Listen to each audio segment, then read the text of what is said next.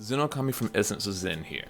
Today we're going to be bringing an early look at a game known as Helium, which you can find over at Steam Greenlight or the demo over on GameJolt. Helium is an action-adventure first-person art house shooter, where you, the player, play as a member of the space crew Stellar 6 who has found himself stranded on a planet coated with a weird white fabric substance. Now, we don't currently know too much about the story at this point, but by destroying a set of crystals found on trees, you can see the fabric begins to break down, revealing some soil, grass, and earthy material.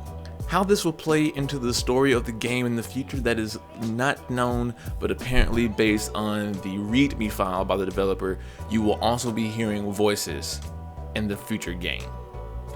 Spending my time with the demo also led me to see that there's a type of rewind system at your death sequence. Now, if this is tied to the game itself, we do not yet know, but I'm curious as to see if this plays into the concept of the actual game. But this mechanic will be brought up in our next section, the mechanics. Because Helium is indeed a first-person shooter, I want to talk about the combat. It was actually quite weird. Like, very weird. I find myself dying easily due to the enemies moving extremely fast and taking a large portion of the health seemingly in one hit. Now, again, this is just a demo, and I'm pretty sure these are going to be tweaked in future demo releases or future alpha and beta patches, or when the game fully comes out.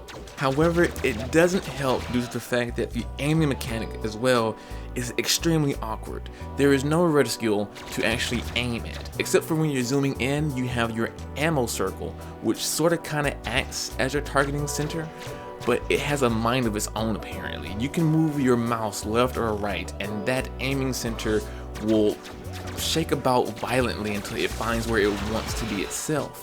When you have an enemy on screen, you'll see that this targeting ring will lock onto the enemy, but not necessarily auto shoot for you. So there is some type of aiming assist, but not fully quite there. And I would like to see the crouch function be tied into the combat mechanics in terms of better aiming when crouch.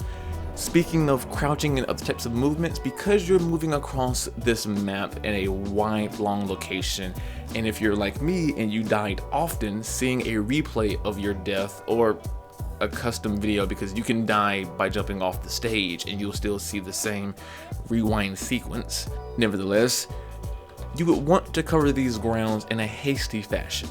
And because there is no sprint key or sprint mechanic, that makes it quite annoying, to say the least. So to the developer, Rocket Ship, I highly recommend a sprint function with stamina if you want to pose some type of challenge in combat and not have sprinting be overused.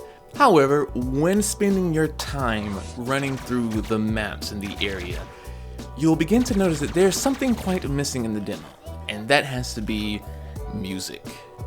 A nice, subtle, ambient soundtrack in the background would highly increase the enjoyment of the game, create this type of feeling of loneliness while on the verge of exploration, because who doesn't want to be on a random planet scattered trying to find their way through this new land? And to have an accompanying orchestra or type of, if you want to go the route of weird techno music in the back, that is also suitable. You just have to make sure that it's something there to appease the appetite of the ears while playing the game. That being said, again, the game looks beautiful. It's nothing super fancy, but when you see the textures of the water, or if you look at the white fabric type of material that the planet is coated in, or you look at your spacesuit when you're checking your transmission, you see that there is just a lot of detail based on the simplistic of the textures. A lot of people will say that because it's really simplistic, being that of just pure white contrasting to black, except for these little areas that you create that shows this green and brown textures, it's going to be plain. I disagree. I find the contrast to be quite artistic to fit that art house build, although I want to see more as the game develops. But it is still beautiful nevertheless. Though an upgrade to the skybox would probably look a lot nicer as well. Overall, My time with Helium was pretty much centered towards a neutral state. I love the game, I love the idea of it, and I'm keeping in mind that it is in fact a demo that I played, not a full complete project, not even something that's in beta. It is a demo. The game is still being worked on.